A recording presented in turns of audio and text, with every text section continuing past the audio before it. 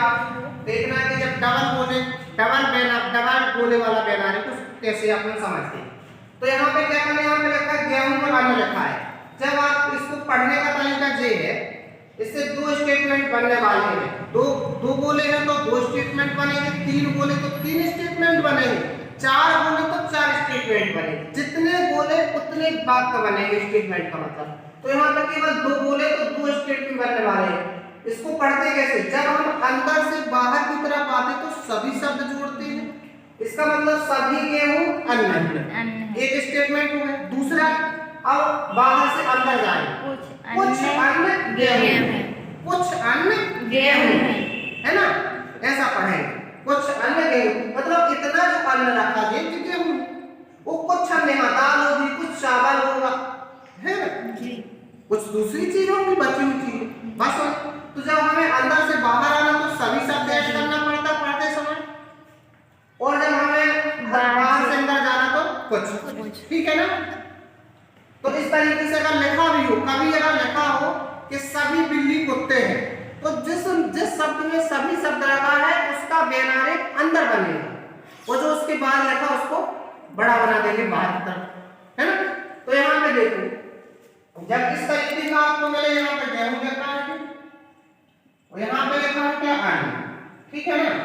तो यहाँ जब इस तरीके का आपको बैन आरेख मिले तो कैसे पढ़ोगे, इसमें भी दो स्टेटमेंट बनेंगे। कहे सर कुछ गेहूं अन्न है, पहला तो ये बनेगा कुछ गेहूं अन्न है और कुछ अन्न गेहूं है, ठीक है ना। कुछ अन्न गेहूं है और कुछ गेहूं अन्न है, दो बातें हैं।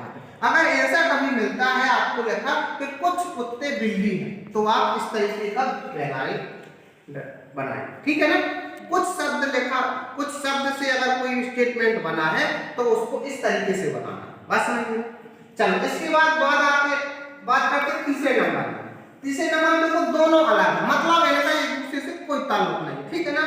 तो इसको जैसे मैं यहाँ पे लिखूंगा गेहूं, यहाँ लिख दिया मैंने क्या अन्न, तो इसको अपन पढ़ेंगे क्या, इसको पढ़ेंगे कोई गेहूं अन्न नहीं, कोई गेहूं अन्न नहीं, क्योंकि संबंध ही नहीं है। यहाँ इसको ऐसे पढ़ेंगे कोई अन्न गेहूं नहीं है और कोई गेहूं अन्न नहीं है, कोई अन्न गेहूं नहीं है और कोई गेहूं अन्न नहीं है।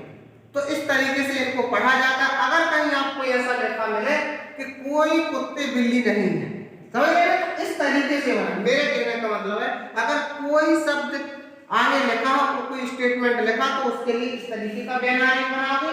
अगर कुछ लिखा है तो इस तरीके का बनेगा, अगर सभी लिखा है तो इस तरीके का बनेगा।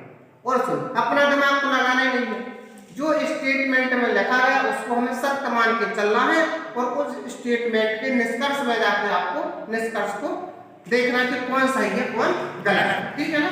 तो ये आपका, जब आपको दो गोले वाला डायग्राम कैसे बनेगा आपका, है ना, इसको बैन आरेख बोलते हैं।